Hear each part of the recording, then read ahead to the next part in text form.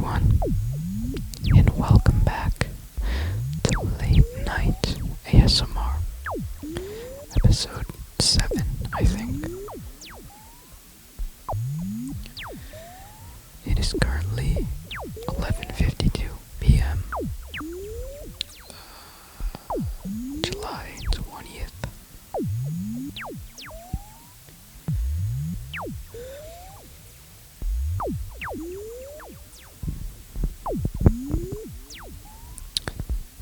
I think everyone at some point has a really common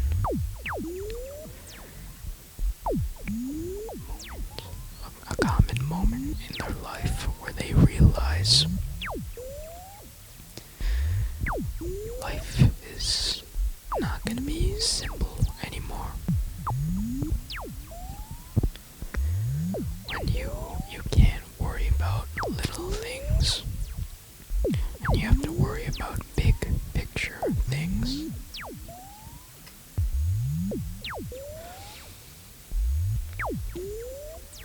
I think that's a really weird feeling that I'm having right now, to be honest.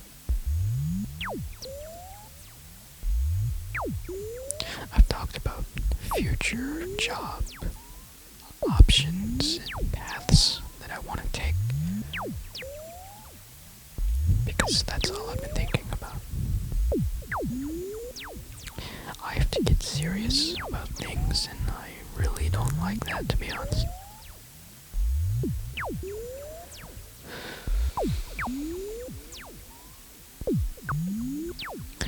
The reason I'm thinking about this is, before I was gonna record, I saw this video on my feed on YouTube, and it said, hold on, I think I still have it up. Let me see what it's called. It's called What It Feels Like to Be Awake at 4 a.m. And it's like a music playlist. It's by Nobody. That's what their channel name is called.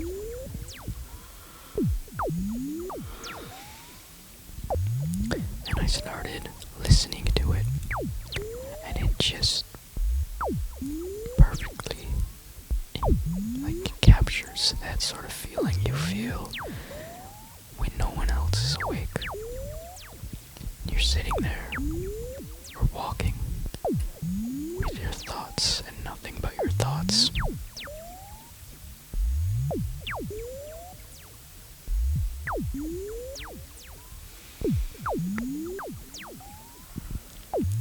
And that, to me, is really powerful. To properly capture that feeling.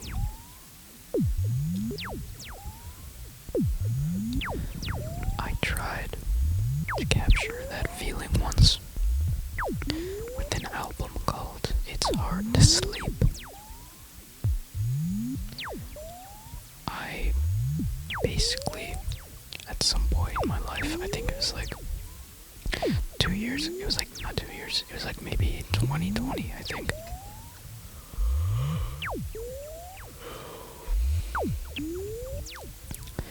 Where like for 2 weeks straight, I couldn't sleep. So, I guess the goal of this album was it was different, but it was still trying to capture that feeling of being awake when you're not supposed to be.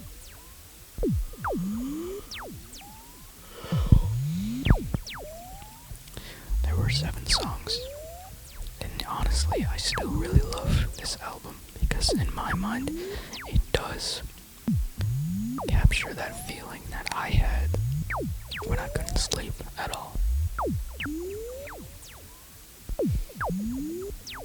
In the album, the goal was to sort of create music in chronological order of what happens in my experience when I don't sleep for a full night. And it's really a chill low-key kind of album. Some pretty piano pieces. You know, in this album, vocals weren't as fine-tuned as they are right now, but I still think it's pretty good.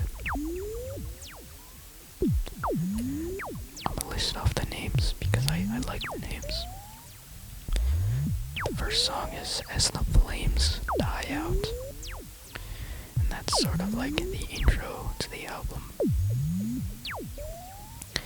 And what the song is supposed to represent is, well, as you can tell by the title, that's when the flame, the sun, is going down.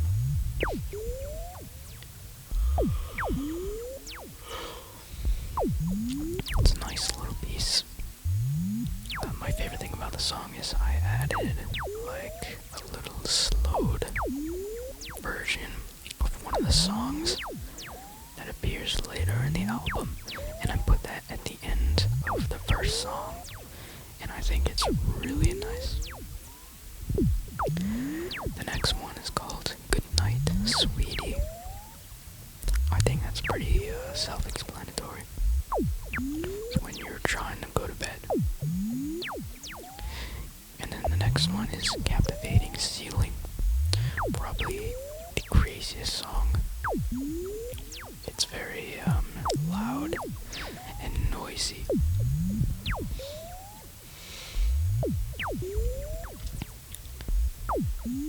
Wait, no, I'm thinking of the wrong song. I'm sorry. Captivating Ceiling is sort of just like...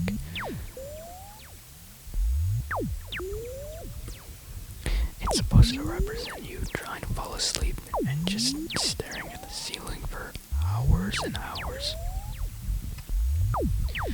And then this is the next one. The next one is Subconscious Unlocked. Now in this one, like I was saying before, this one I wanted specifically for it to be really loud and noisy.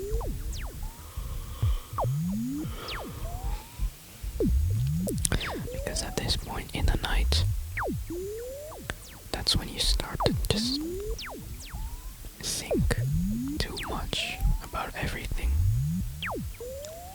And it's just really, distracting. And, it's hard to sleep when you have so many thoughts going on in your head.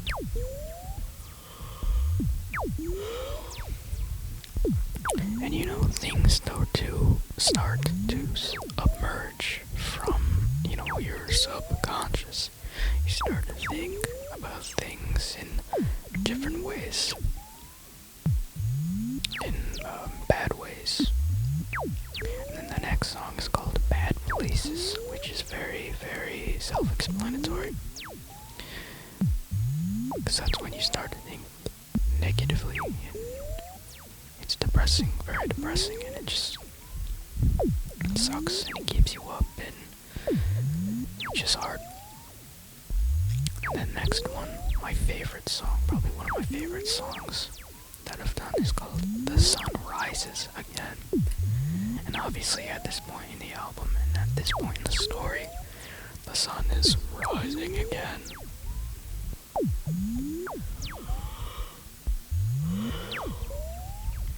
And it's a new day. And then the next one is called Hard to Function. And that's just, trying to survive with no sleep and function during the day. It was a really nice album. I really love the cover. I'll link it in the description. I remember I had a sleepover once with some of my friends, probably 2020 to be honest. And we were, as people do at sleepovers, just, messing around the entire night. Literally the whole night. Night. And at some point, everyone just started to slowly drift off and fall asleep around probably like 4:30 or something.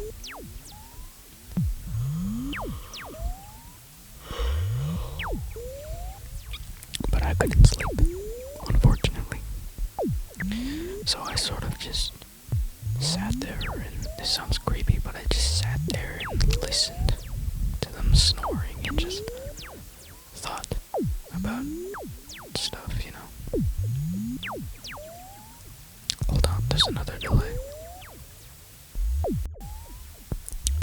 as I was saying, at that moment I was sort of just sitting there and thinking while listening to them.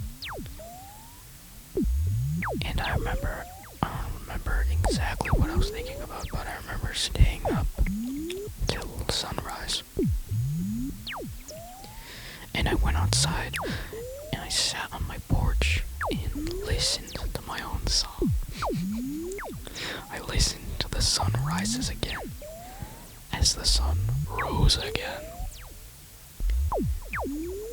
And it was probably the most peaceful I've ever felt.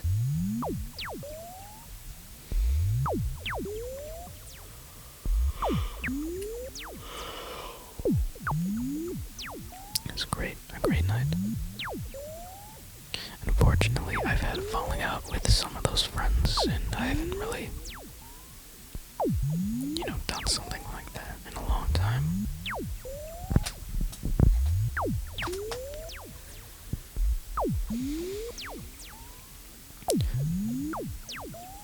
It's strange because, well, it's just, I don't know.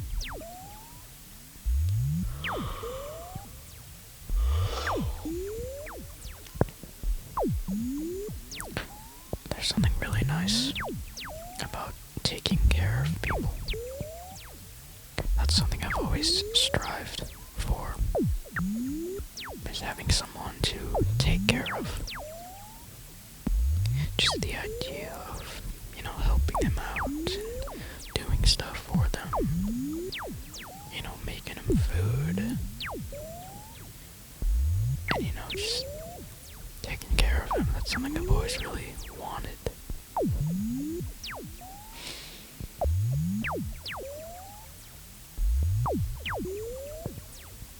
And it sucks to just not have anyone like that.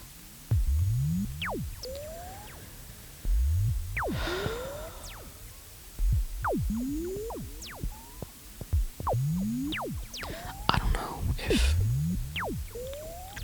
my time as a child or a teenager, I suppose, was well spent. I don't really have too many, good memories to look back on.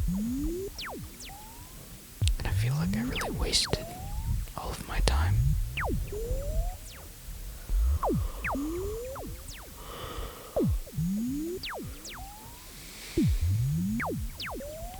And it sucks because I feel like once I graduate, and I go and step out into the world and fend for myself, I feel like once I'm there, it's truly gonna sink in that I really didn't gain anything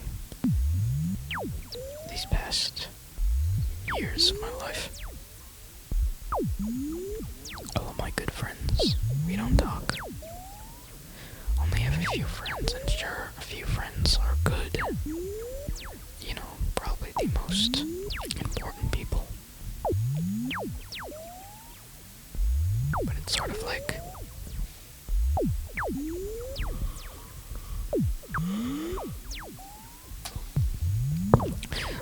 at some point you realize that they have their own lives and you can't really depend on them at all. I mean, you should know that to begin with, and I do know that. It's just, right now, if I wanted to, I could call one of my good friends and be like, hey man, you wanna go hang out? And they'd be like, sure, I'll meet you in 10 minutes. But at some point in my life, or not at some point, pretty soon, in a year, I won't be able to do that. I won't have anyone to call and be like, hey man, let's meet up right now.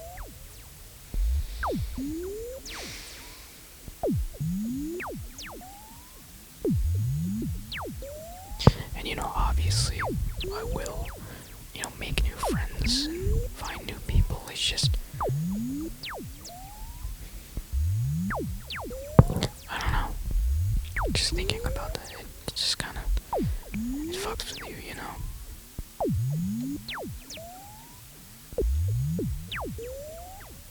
And it sucks that as I'm coming out of high school, it's strange to realize that I'm coming out with not a lot of things, you know.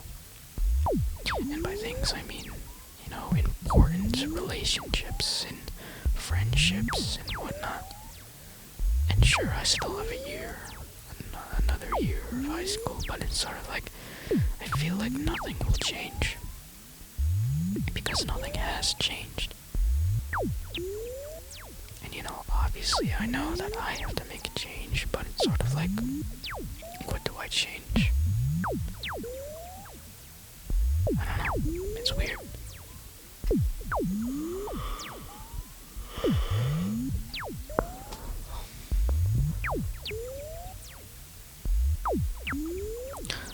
I had a best friend a long time ago.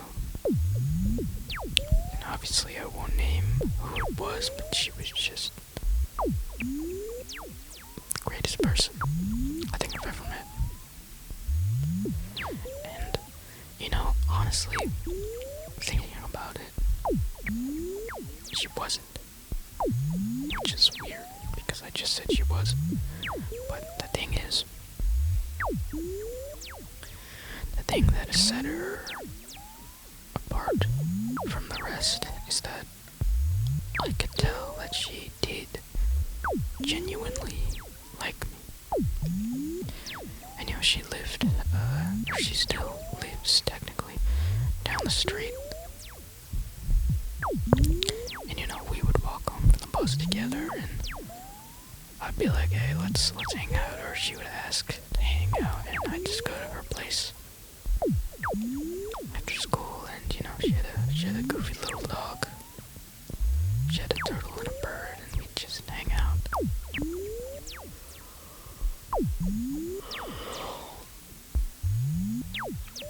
I look back on those times a lot, almost every day, to be honest.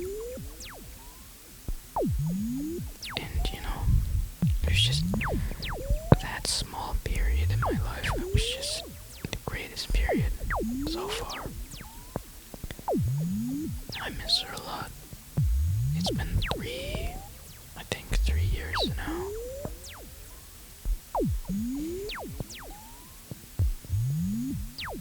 And you know, I just, every day I just really want to just go down there and say hi. I want to talk to her, you know, I want to catch up. I want to have fun again.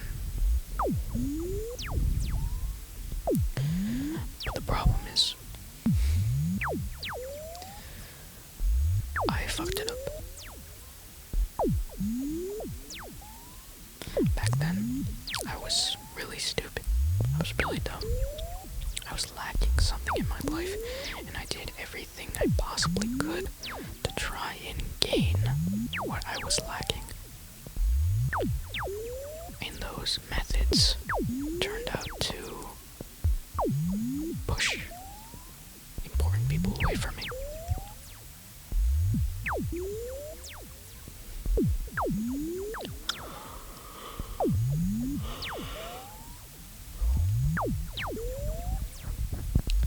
I think losing that friend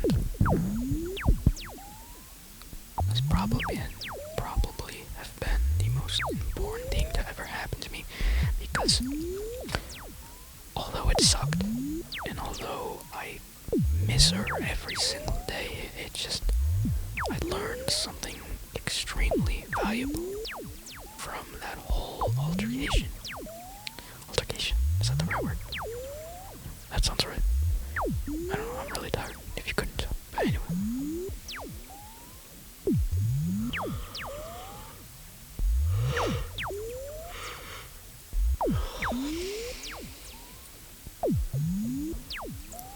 Because, you know, the things I learned from that incident shaped who I am today. And I've become an infinitely better person. And it just sucks, because I wish I could show her that, and show her that I'm better, and that I can be good enough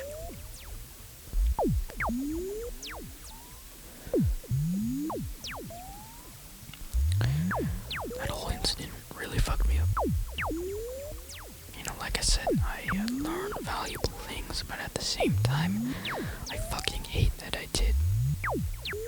And it sucks. It really sucks because I lost her eventually.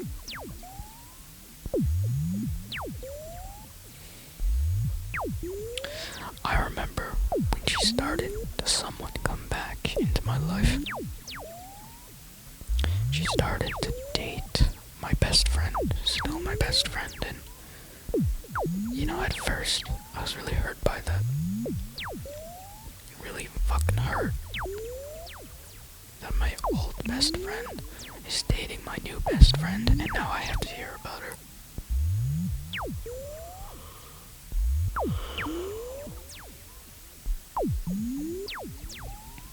And you know, eventually I got over it because, like, you know, he's my best friend. I can't hold that against him. If this is what makes him happy, then this is right.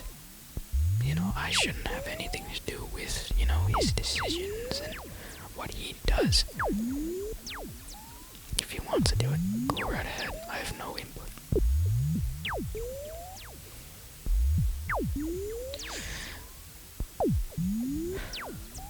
And you know, now she's dating one of my friends. Again. Not again, but she's dating one of my friends too, and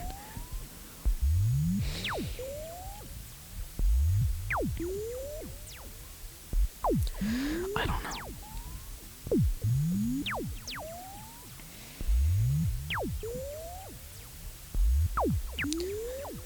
Because she really did matter to me, and you know, she still does, unfortunately, but like, I don't think I'm ready. I don't think I'll ever be ready to truly see her again. And you know, it's kind of painful to just see her with one of my friends, because A, she's sometimes there, because you know, that one friend that she's dating is within a friend group that I'm somewhat a part of. So sometimes when, let's say, they throw a bonfire, she's there, and I don't even know about it beforehand.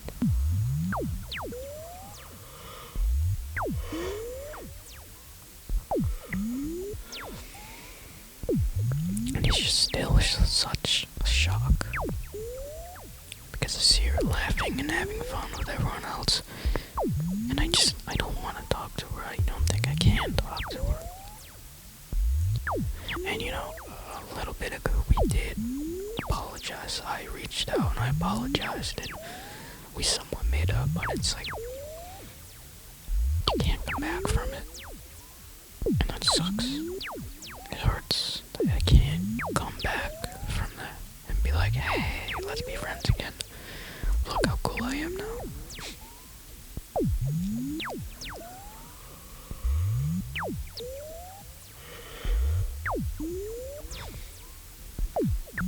And you know, I don't know why she mattered to me that much. I mean, I feel like I know, but I don't know. I think because, yeah, I've some friends now, and you know, I think they do like me, you know. But she really made it clear that she did want me to be around. The first time we ever hung out, I think that she invited me, actually, to her house.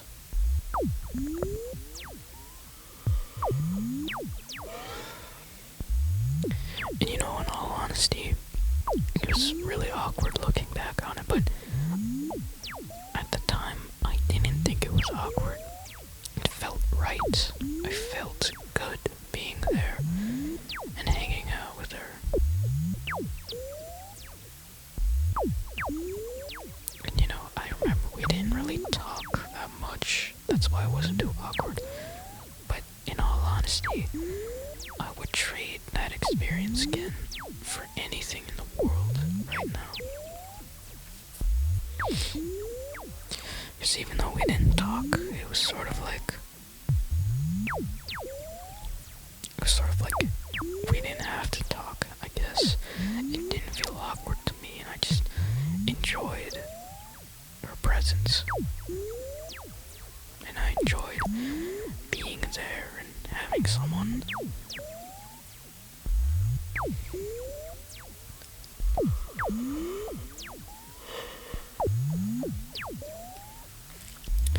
And you know, I definitely took that for granted.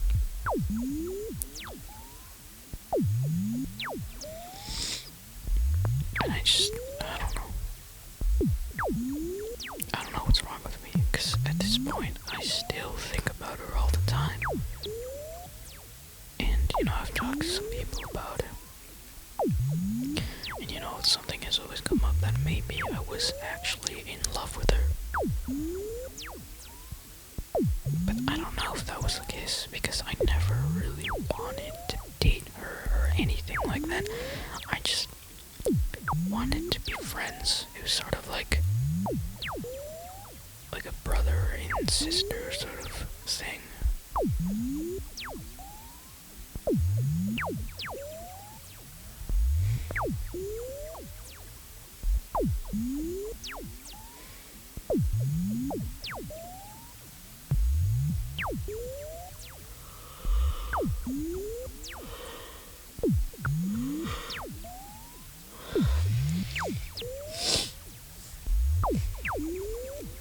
And you know, I really miss that kind of friendship, that kind of dynamic. Because it didn't feel weird, you know, like, for some reason, I couldn't have that type of relationship with, like, one of my guy friends. For, I don't want to say obvious reasons, but reasons I don't want to get into, you know? It's sort of like, let me explain more, because this sounds really bad. But in that relationship that I had with my old best friend, I felt like I could hug her and, you know, be close to her, and, you know, I really wanted that, because it was nice to have that sort of comfort, you know. But like with a guy friend, I can't just like hug him and be all close and shit. Like I could, but they would be weirded out by that. And you know, the problem was that that's what I felt like, and that's what I wanted to do. I wanted to hug her and, you know, be affectionate and whatnot. But here's where I was stupid. I never thought that she, you know, wanted that. I never thought of her. I never thought, like, does she want this? Should I do this? I sort of just did it because, I don't know, I wanted to.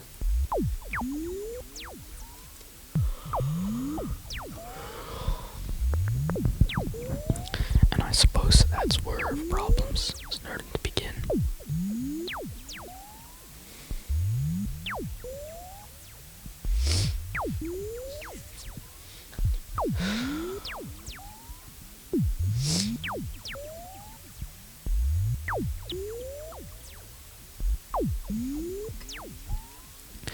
And you know, that's what I mean when I say I learned valuable things from that whole thing, because now that I'm much better and I have, you know, a more mature way of thinking about things, I know that boundaries are boundaries. I can't just do that.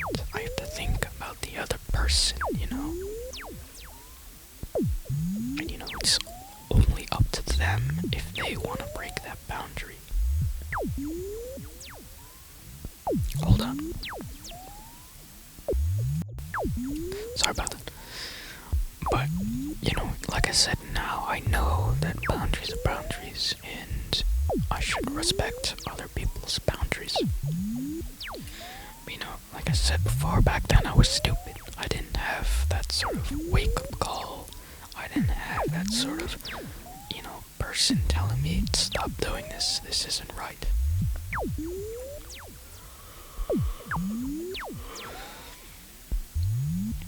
And I guess that's sort of where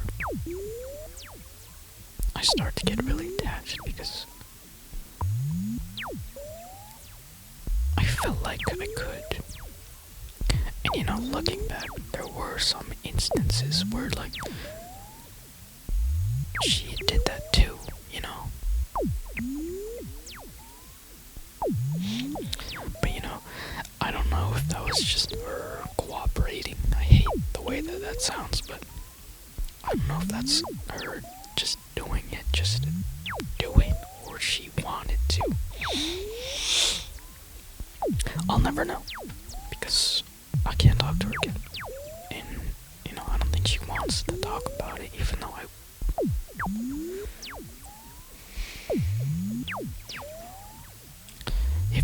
really, really want to do that. That's all I want. Even though I have closure, I feel like I don't really have closure. And I don't know what I need to move on.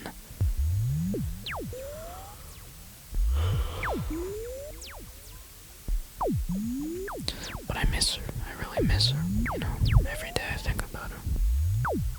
I just wish that I didn't think about her.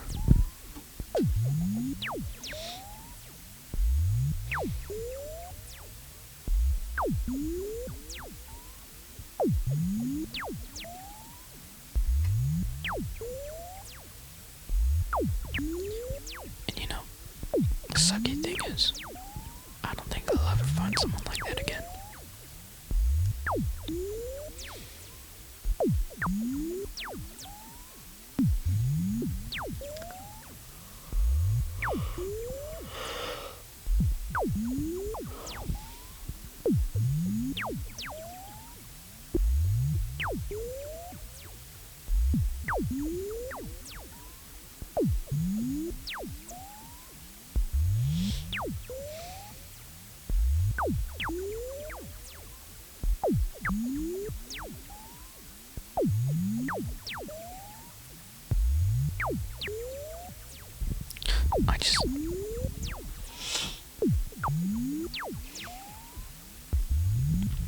I just hate how things turned out with me, to be honest.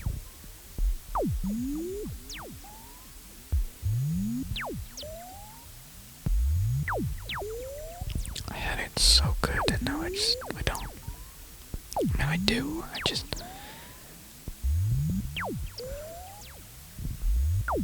it's not that I feel sad, I guess, I just feel empty, almost, sort of like, just really bland, you know, a bland whole life.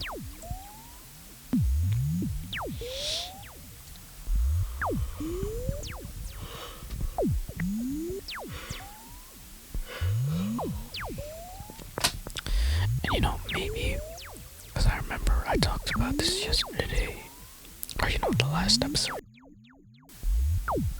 Sorry about that. I talked about in the last episode how I feel like I'm missing something. And I honestly think that's probably what I'm missing. Love, affection.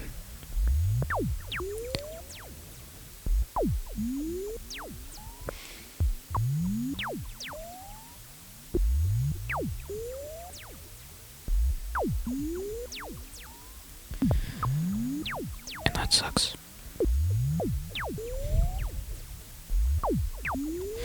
I just don't know what to do about it. You know, nobody will ever give me a chance again. And I don't know. I mean, I'm sure something will happen in the future, as long as I, you know, make an attempt, but I just...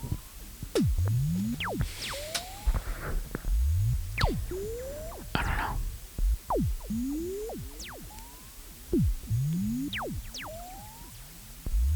I don't know.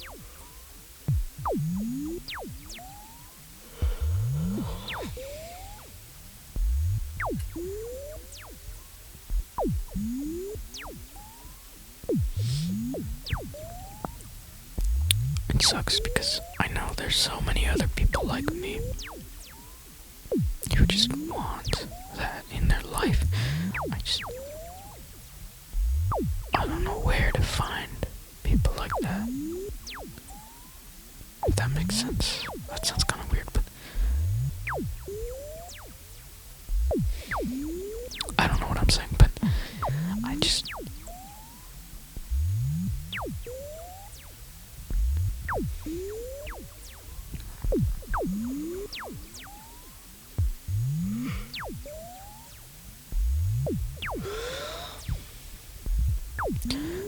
want to be loved again. And I want to love again. I just, not love like love, but just any sort of affection, any sort of, you know what I mean, but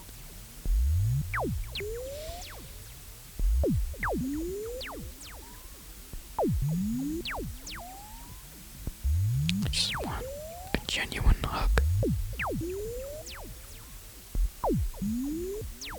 This is really sad.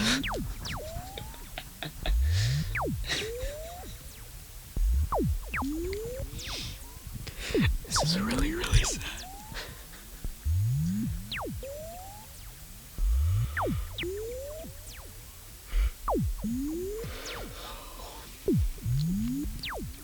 But you know, it's something to talk about, I guess.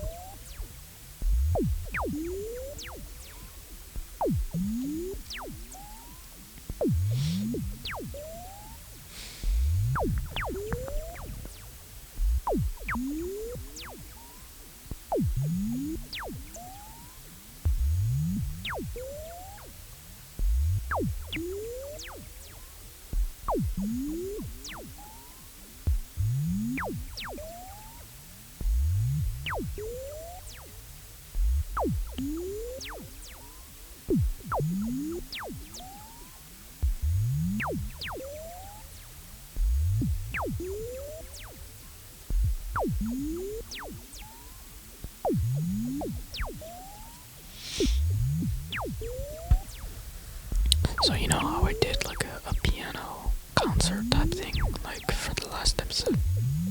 I was thinking about doing a guitar one next. I have a pretty sick guitar. I'm not sure if I talked about it, but I have an 8-string electric guitar.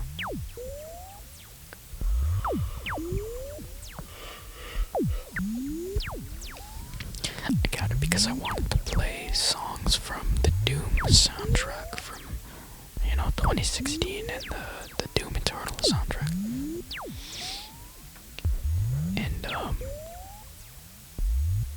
I think I even got like the same like brand as the composer for Doom, Mick Gordon.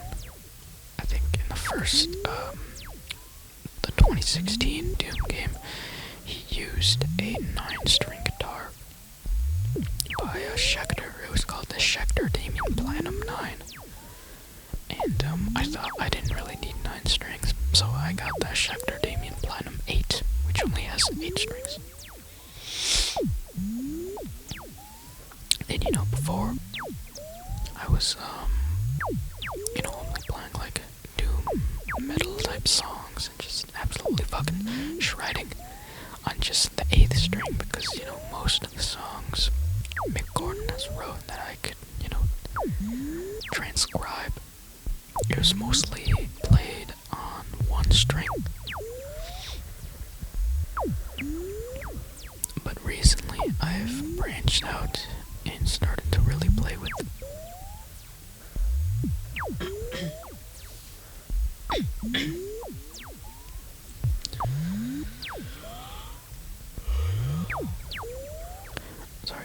Recently I've started to branch out and just play like with all the strings, Never play too much on 1 string is the best way to just, enhance your guitar skills. And I've been playing and coming up with a lot of really neat little songs, like some chill type songs, not like metal and shit. But it's fun, and I think I'm at that point where I could totally just improvise and play little goofy songs. So I think I might do that at some point. And I've as you can hear, I've hooked up the Mother 32 analog synthesizer that I used in the first analog synthesizer video. And I finally got my other synthesizer to work, the Korg MS-20. So I think eventually I'll come up with like a patch similar to this weird bubbly patch.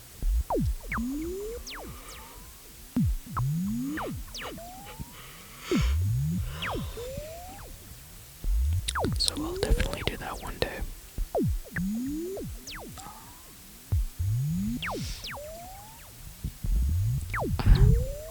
But I think I'll end this one here, to be honest. Thank you for listening, and I really appreciate it. If you've made it to this point, give yourself a pat on the back. And I'll see you, whoever is listening. Hi, how are you? I'll see you in the next episode.